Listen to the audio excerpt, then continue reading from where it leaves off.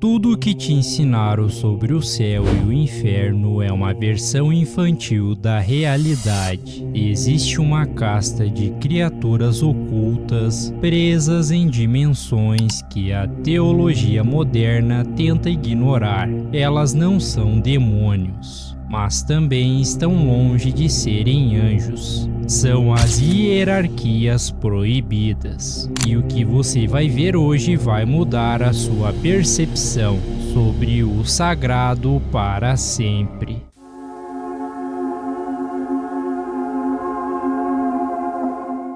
No século XIII, possuir um exemplar do livro de Enoque, que detalha a queda de anjos que se tornaram monstros, era motivo de excomunhão. Ou pior, imagine viver em uma era onde saber a verdade sobre o que habita a escuridão era considerado um crime capital contra a sua alma. Essa era a terrível realidade da época, e essa é uma história que poucos conhecem. Esconder essas informações sempre será algo estranho e suspeito. Pois se você analisar bem, esconder algo geralmente é sinônimo de preocupação.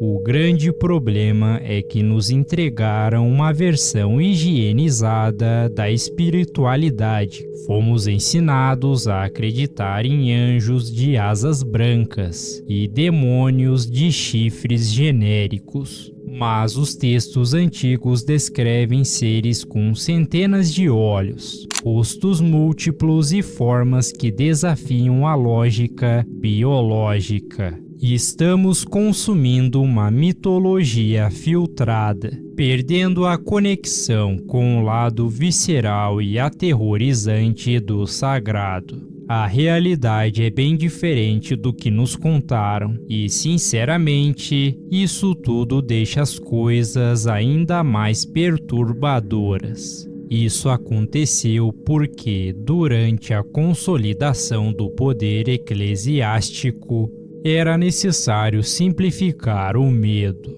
Criaturas complexas que não se encaixavam perfeitamente no rótulo de bom ou mal geravam questionamentos. Para manter o controle, a Igreja optou por ocultar essas entidades, rotulando-as como heresias, para evitar que o povo buscasse respostas fora dos dogmas oficiais. É aquilo que eu sempre digo, cara. Os seres humanos têm medo do desconhecido, simplesmente porque não sabemos o que nos espera. E esse sentimento é aterrorizante, cara.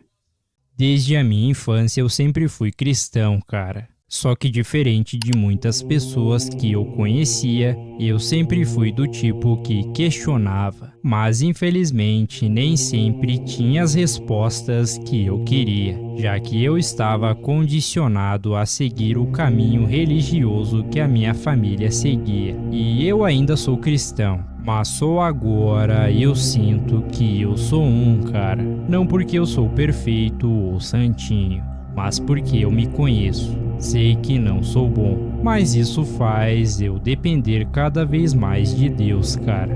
Como disse o Thomas Shelby no seu filme, algo de bom há de vir desse mal.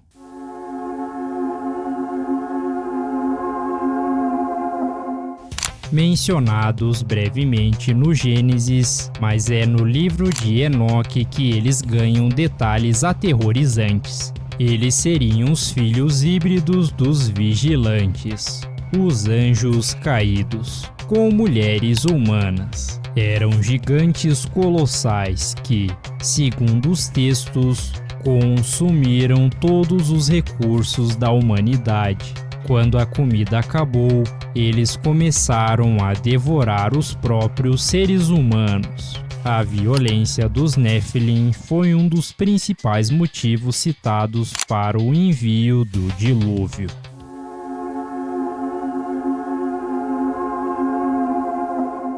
Embora sejam anjos, sua descrição nos apócrifos os afasta da imagem de seres de luz.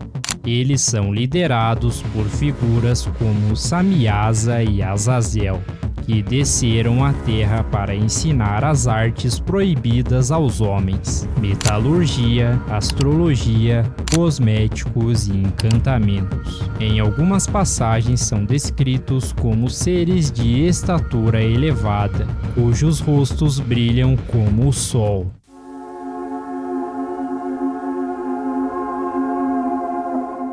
No livro de Enoque, Enoque descreve criaturas que acompanham o carro do sol.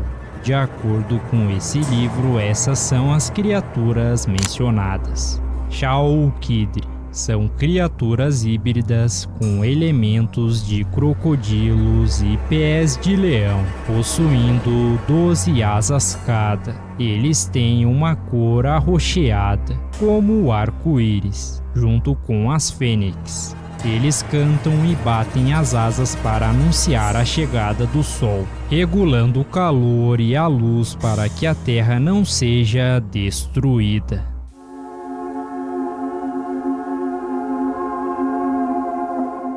Embora apareçam no livro de Jó, os textos apócrifos, como o livro de Esdras, detalham a sua separação cósmica. É dito que Deus os criou no 5º dia, mas eles eram tão grandes que o oceano não podia contê-los juntos. Behemoth foi enviado para viver em um deserto chamado Dendaim.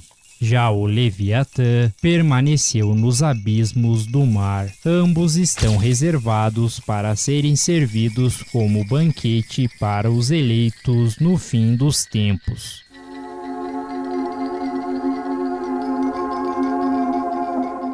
Embora apareçam na visão de Ezequiel, os textos apócrifos expandem a ideia de que essas rodas são entidades vivas e conscientes. A sua aparência é descrita da seguinte forma: rodas dentro de rodas, cobertas de olhos brilhando como crisolito. Eles não dormem e guardam o trono de Deus. Mas por que essas criaturas foram escondidas? A maioria desses textos foi deixado de fora do cânone bíblico oficial, como a Vulgata ou a Bíblia de King James, por serem considerados esotéricos demais, ou por terem origens incertas. Para os líderes da igreja primitiva, o foco deveria ser a salvação e a doutrina, não a zoologia fantástica do cosmos. O livro de Enoque é considerado canônico até hoje pela Igreja Ortodoxa Etíope, o que significa que para eles essas criaturas fazem parte da história oficial do mundo. Dizem que o conhecimento é luz, mas às vezes para enxergar as estrelas mais brilhantes é preciso estar na mais completa escuridão. Conhecer as hierarquias que o mundo tentou apagar não te torna alguém pior, te torna alguém desperto. O medo é uma ferramenta de controle e a curiosidade é a ferramenta da libertação.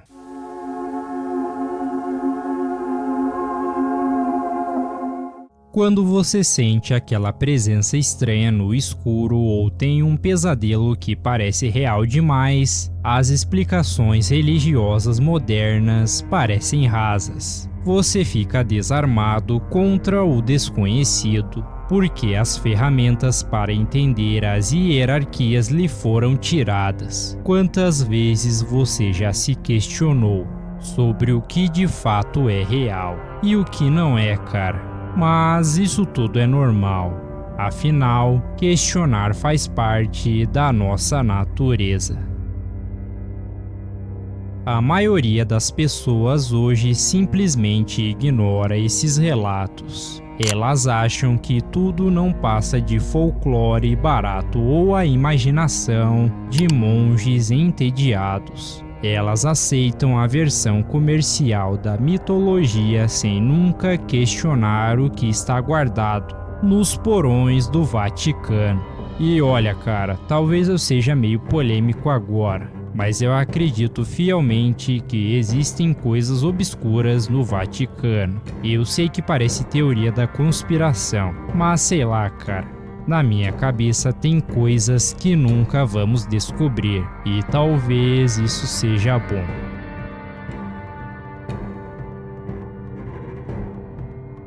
Mas será que isso tudo faz sentido? Ignorar o que os nossos ancestrais temiam tanto a ponto de proibirem sua menção? Será que esconder a existência dessas criaturas as faz deixar de existir? Ou apenas nos torna presas mais fáceis? Eu acredito que o passado nos ensina a viver o nosso presente e a planejar o nosso futuro. E a prova viva disso é que, de um jeito ou de outro, sempre aprendemos com ele, seja por conta das histórias mal contadas ou até mesmo distorcidas. Sempre tiramos algo valioso disso tudo. Que a sua busca pelo que foi oculto nunca apague a luz da sua própria consciência. A jornada pelo invisível está apenas começando. Se você gostou desse vídeo, se inscreva no canal e ative o sininho. E não se esqueça de deixar o seu like. Fiquem com Deus e nos vemos no próximo vídeo.